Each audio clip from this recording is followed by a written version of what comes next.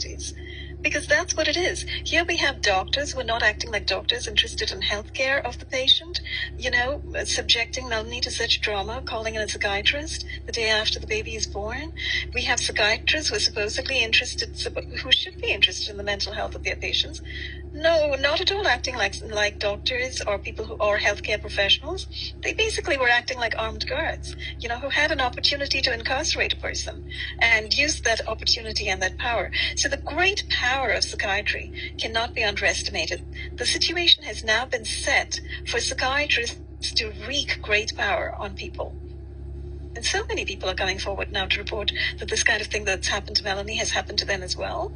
And, I, for one, am certainly very interested in exploring this subject, and I will, in the days to come, continue to talk to people and keep my spotlight, keep my focus very firmly on psychiatry. And I know Millicent is also very interested in working with me on this, and we are going to work together to really expose psychiatry, because psychiatry needs to be exposed once and for all.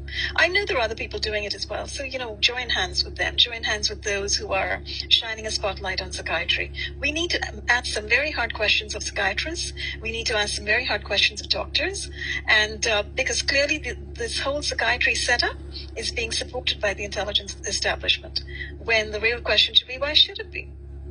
Why should psychiatrists, work for the state? Why should they answer to the state? Why should they act like armed guards? They went to medical school. They either stay within the field of medical care, or they clear out of hospitals, and we dissolve psychiatry as a society.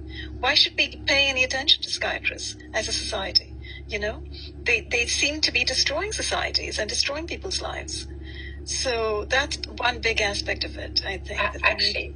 I think this is very good. I would like to add the one sentence that a psychiatrist who doesn't behave like a doctor and puts the interests of the intelligence or the Secret Service above the medical interests of the patient is not a doctor. He's an agent, first and foremost. So then the question is, do we really want to have agents running our hospitals? Agents who might have, gotten degrees in medicine or psychiatry, but first and foremost, they're agents.